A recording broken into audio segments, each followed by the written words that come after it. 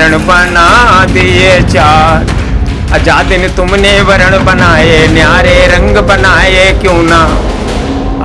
सवाल खड़ा कर दिया, एक बड़ा लंबा सवाल। ऋग्वेद के उस ब्राह्मणों वसमुखमासीद बाहु राजन्य कृता, पुरुषूत के उस मंडल के सामने एक सवाल खड़ा कर दिया। आजादी ने तुमने वर्ण बनाए, न्यारे रंग बनाए क्यों ना। ब्राह्मण गोरे ब्राह्मण लाल छत्री, पीले बनिया बनाए क्यों ना। शूद्र बनाते काले वर्ण का दिए चार। गाइए ना आप, जरा सुनाइए, लिखिए। आज हम क्या लिखने को तैयार हैं। और इतने छद्मवेशी लोग हैं कि मैं कुछ कह नहीं सकता। वो कहते क्या हैं, मनु जी तुमने वर्ण बना दिए चार। आजादी ने तुमने वर्ण बनाए, न्यारे रंग बनाए क्यों ना। सवाल खड़ा कर दिया, एक बड़ा लंबा सवाल। ऋग्वेद के उस ब्राह्मणों वसमुखमासीद बाहु राजन्य कृता, पुरुषूत के उस मंडल के सामने एक सवाल खड़ा कर दिया। आजादी ने तुमने वर्ण बनाए, न्यारे रंग बनाए क्यों ना। ब्राह्मण गोरे ब्राह्मण लाल छत्री, पीले बनिया बनाए क्यों ना। शूद्र बनाते काले वर्ण का, शूद्र बनाते काले वर्ण का, पीछे को पैर लगाए क्यों ना।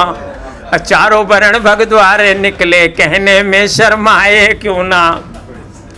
है हिम्मत, क्या जोरदार है। इससे लोकमन तैयार हुआ, इससे लोकमत तैयार हुआ, इससे लोकप्रिय आंदोलन खड़ा हुआ, क्रांतिकारी आंदोलन खड़ा हुआ। मनु जी तुमने वर्ण बना दिए चार। आजादी ने तुमने वर्ण बनाए, न्यारे रंग बनाए क्यों ना। गोरे ब्राह्मण लाल छत्री, पीले बनिया बनाए क्यों ना। शूद्र बनाते काले वर्ण का, पीछे को पैर लगाए क्यों ना। चारों वर्ण भगद्वारे निकले, कहने में शर्माए क्यों ना।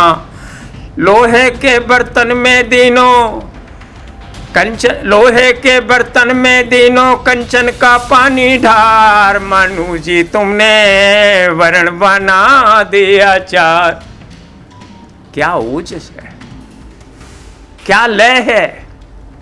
हृदय को हिला के रख देने वाली ये कविताएं थीं, ये गीत थे, ये भजन थे।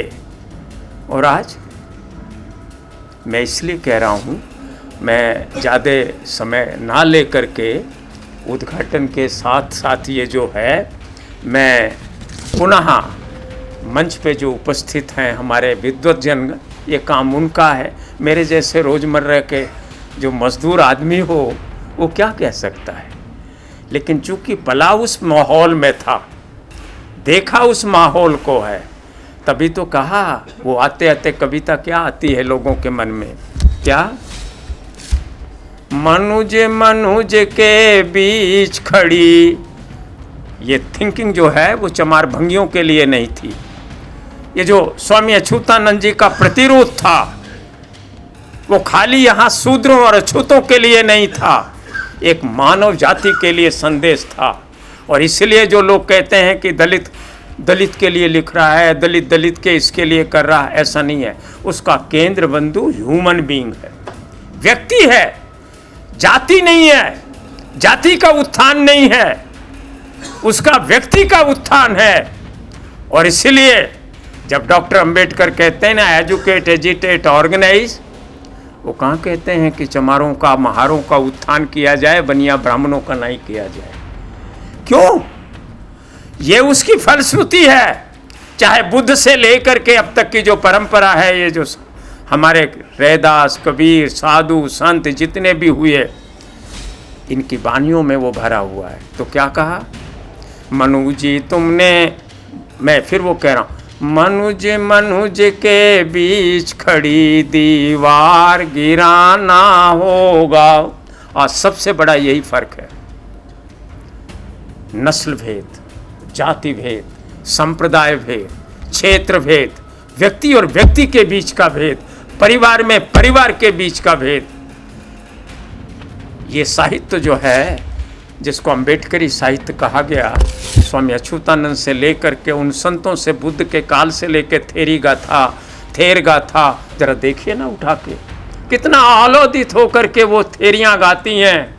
चाहे वो कहार की बेटी हो, चाहे अछूत की बेटी हो, चाहे वो ब्राह्मण की बेटी है, वो मुक्त, जो नारी मुक्ति का आंदोलन आज आप देख रहे हैं, वो बौद्ध परंपरा में था। तो ये आखिरी बात है मेरी लाइन, मनुज मनुज के बीच खड़ी दीवार गिराना होगा, दीवार गिराना होगा।